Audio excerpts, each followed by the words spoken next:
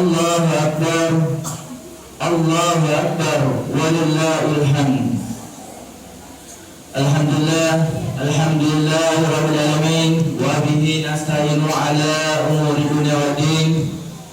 الصلاة والسلام على أشرف الأنبياء سيدنا المرسلين وعلى آله وصحبه أجمعين. أما بعد، إن الله وملائكته يصلون على النبي يا أيها الذين آمنوا صلوا عليه وسلموا تسليما. اللهم صل وسلم على سيدنا Muhammad wa ala ali Sayyidina Muhammad. Pertama dan utama, mari kita selalu senantiasa memanjatkan puja kehadirat Allah Subhanahu wa taala. Berkat kita yang hadir pada hari ini dapat berkumpul untuk melaksanakan sholat Idul Adha 1443 Hijriah. Sembari menunggu jamaah sholat Idul Adha yang lain, berikut yang pertama membaca niat sebagai makmum bersama di rakaat pertama. اللهم صل وسلم على سيدنا محمد.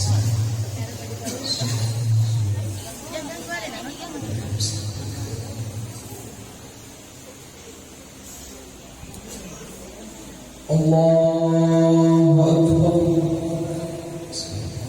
Nabi Ismail yang menentangkan kakinya keluar memancar sumber mata air hingga la ilaha illallah alladzi amana bi ni'matil Islam wal iman wa ashhadu anna habibana Muhammadan abduhu wa rasuluhu ila jami'il insan wa ala alihi wa sahbihi wa tabi'ina ila akhir zaman.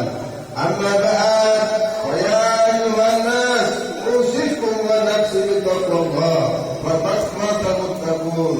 Qala Allah ta'ala fil kitabil karim, a'udzu billahi minasy syaithanir rajim. Bismillahirrahmanirrahim. Falamma balagha ma'ahu sa'ya qala ya bunayya inni ara fil manami anni asbahuka fanzur madza tara. Qala ya abati ma tu'maru satajiduni insyaallah minas sabirin. Hadirin jamaah Idul Adha yang dirahmati Allah Subhanahu wa taala. Dengan syukur kehadirat Allah Subhanahu wa taala yang masih memberi kita kekuatan, kenikmatan, kesehatan sehingga kita masih bisa hadir untuk menunaikan salah satu ibadah yang diperintahkan kepada kita sambil mendengarkan kalimat tauhid, takbir, tahmid dan tahlil yang kesemuanya ditujukan hanya kepada Allah Subhanahu wa taala.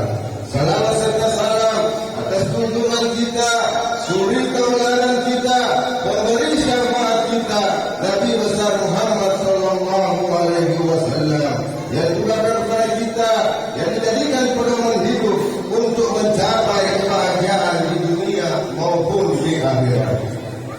Hadirin jamaah Idul Adha yang dirahmati Allah Subhanahu wa taala. Dalam Islam hanya ada dua hari raya yang boleh dirayakan, yaitu hari raya Idul Fitri dan Idul Adha. Sebagaimana hadis dari Anas bin Malik radhiyallahu anhu meriwayatkan, ketika Rasulullah sallallahu alaihi wasallam datang ke kota Madinah, sementara penduduk memiliki dua hari raya, mereka bersenang-senang di dua hari tersebut. Kemudian Rasulullah sallallahu alaihi wasallam bersabda, "Fa inna Allah qad a'ada lakum yawman khayra minhuma yawmal fitri wa yawmal nahri."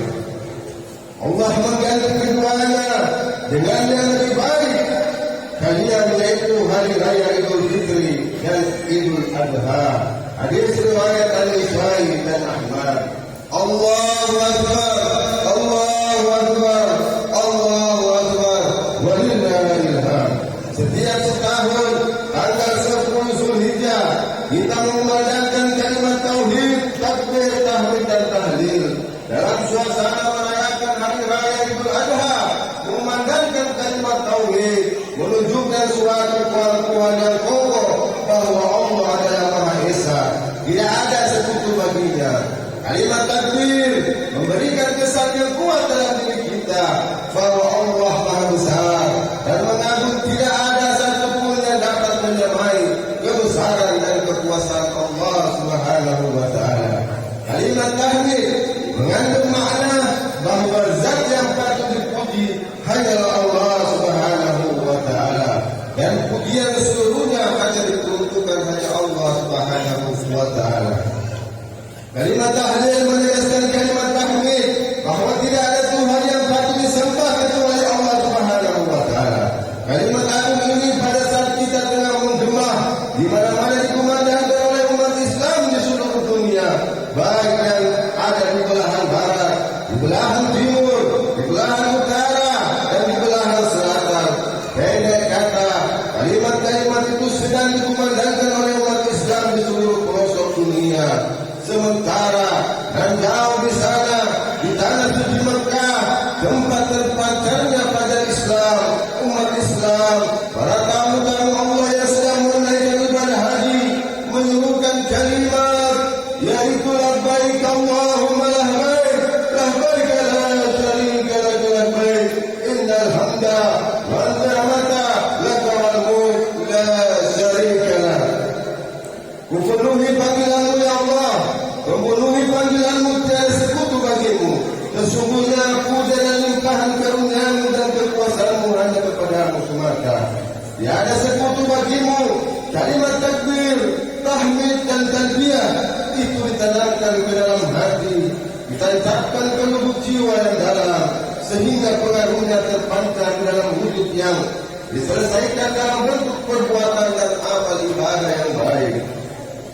Pengakuan kita terhadap kebesaran Allah yang tiada sekutu baginya, pengakuan kita bahawa tiada yang patut dipuji melainkan Allah, kepatuhan kita meninggikan larangan-larangan, melaksanakan perintah-perintahnya, dan pengakuan mereka dalam memenuhi panggilannya untuk menunaikan ibadah haji.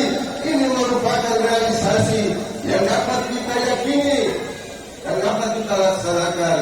Hadirin jamaah Idul Adha yang dirahmati Allah, bulan Zulhijjah identik dengan dua ibadah besar, yakni ibadah haji dan Idul Adha atau hari raya Kurban.